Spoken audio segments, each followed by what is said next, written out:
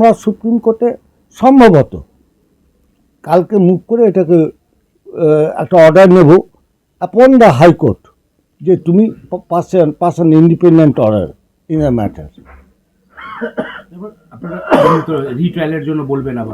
আমরা পুরোনো রিইনভেস্টিগেশন along with রিট্রায়াল। সেটা কোথায় আবেদন করছেন? সেটা আমরা এখন কলকাতা হাইকোর্টে করব। সুপ্রিম কোর্টের এই অর্ডারের পর আমরা কালকাটা হাইকোর্টে করব। আপনারা তো নতুন করে পিটিশন যখন দিতে চাইলেন, সিবিআই আপনাদেরকে বাধা দিল বলছেন। শিয়ালদা কোর্টে যখন আমরা করতে যাচ্ছি তখন সিবিআই কোর্টের যে পাবলিক প্রসিকিউটর উনি বাধা দেন, বলে যে না আমি আগে দেখব যে আমাদের মনের মতো হয়েছে কিনা রিটেন আর্গুমেন্ট, তবে আমরা অ্যালাউ করব। ডেটটা কত?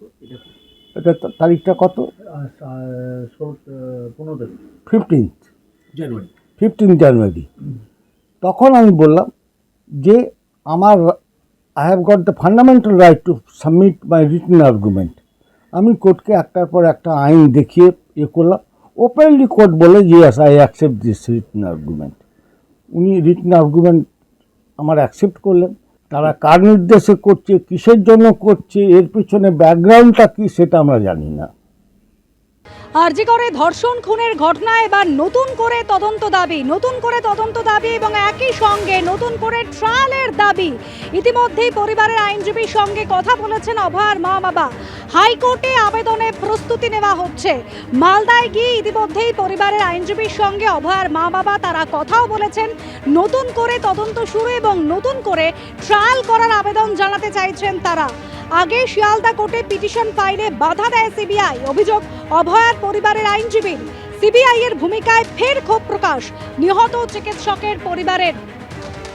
আরজি করে চিকিৎসক ধর্ষণ খুনে এবার নতুন করে তদন্ত দাবি করছেন, নতুন করে তদন্ত এবং নতুন করে ট্রায়ালের দাবি করছেন অভয়ার পরিবারের আইনজীবী।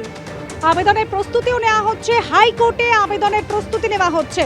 ইতিমধ্যেই মালদায় গিয়ে আইনজীবীর সঙ্গে অভয়ার মা বাবা এ বিষয়ে কথাও বলেছেন এবং তারা অভিযোগ করছেন যে আগে শিয়ালদা কোর্টে পিটিশন ফাইল করতে সিবিআই এর তরফ থেকে বাধা দেওয়া হয়েছিল। এর আগেও তারা সিবিআই এর ভূমিকায় সিবিআই তদন্ত প্রক্রিয়ায় ক্ষোভ প্রকাশ করেছিলেন। আজও সিবিআই এর ভূমিকায় ক্ষোভ প্রকাশ করছেন নিহত চিকিৎসকের মা বাবা।